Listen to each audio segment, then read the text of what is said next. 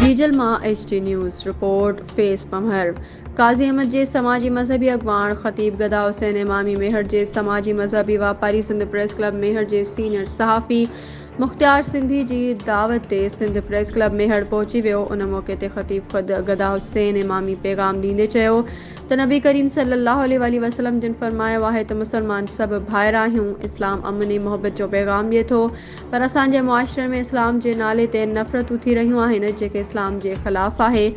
इस्लाम इंसानियत जो सबक ॾिए थो।